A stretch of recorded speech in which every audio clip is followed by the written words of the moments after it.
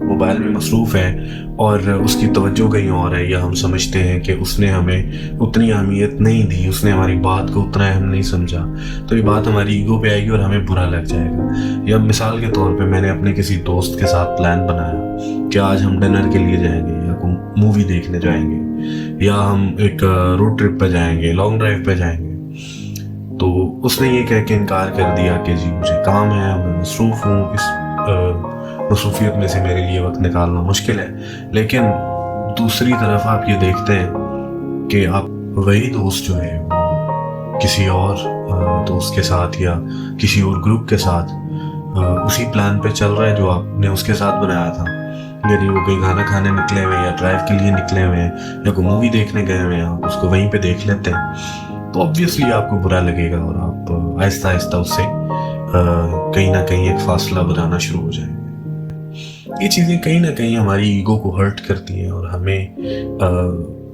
بالآخر ان سب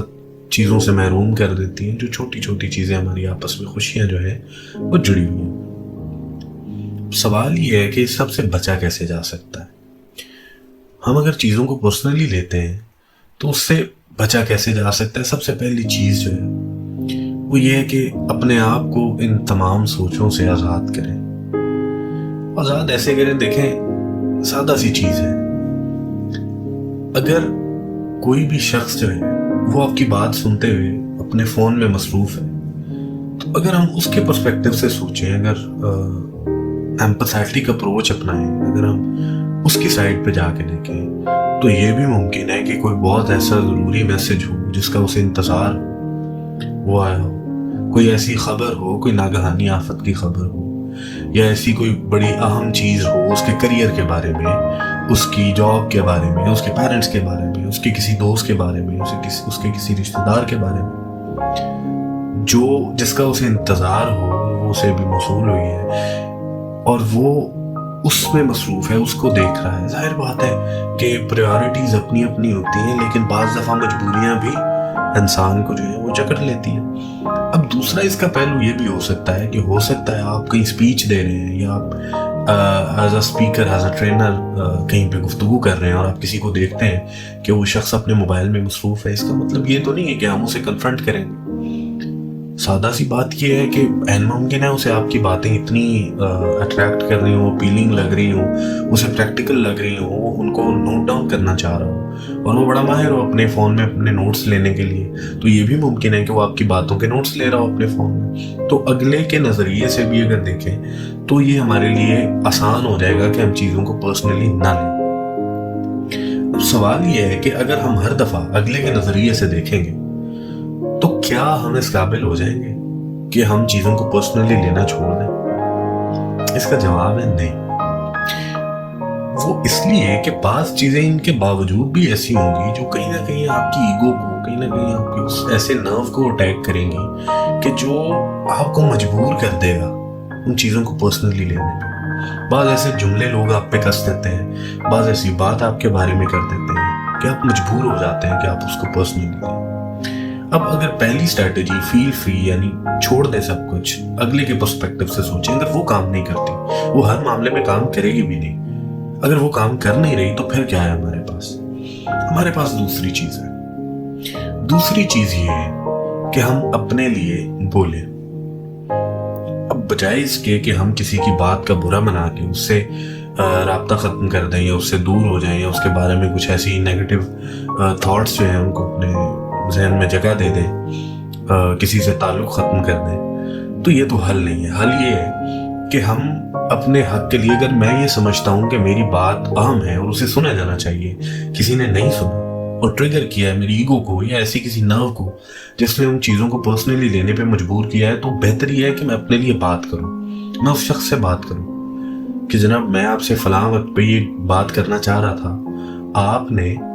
میری بات کو شاید اہمیت نہیں دی، آپ نے مجھے اہمیت نہیں دی۔ وہ آپ کو جسٹیفیکیشن لازمی دے گا، اس سے کم از کم یہ ہوگا کہ آپ کے ذہن میں سٹانس کلیئر ہو جائے گا۔ اگر نہیں ہوگا تو یہ آپ کو لازماً پتہ چل جائے گا کہ کس سے مجھے رابطہ بڑھانا ہے اور کس سے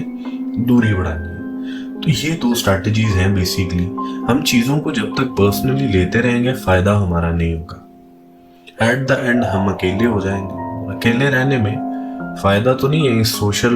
میڈیا اور سوشلائزیشن کے دور میں. بہتر یہ ہے کہ ہم یا تو چیزوں کو اگلے کی پرسپیکٹو سے دیکھیں یا اگلے کے نظریے سے دیکھیں. اگر وہ ممکن نہیں ہے، اگر وہ کام نہیں کر رہا، تو بہتر یہ ہے کہ ہم پھر اپنے حق کے لیے بات کریں. خاموش رہ کے، دور رہ کے خود کو تنگ کرنا اور تنگ نظر بننا، اس سے بہتر ہے کہ ہم اپنے لیے بات کریں.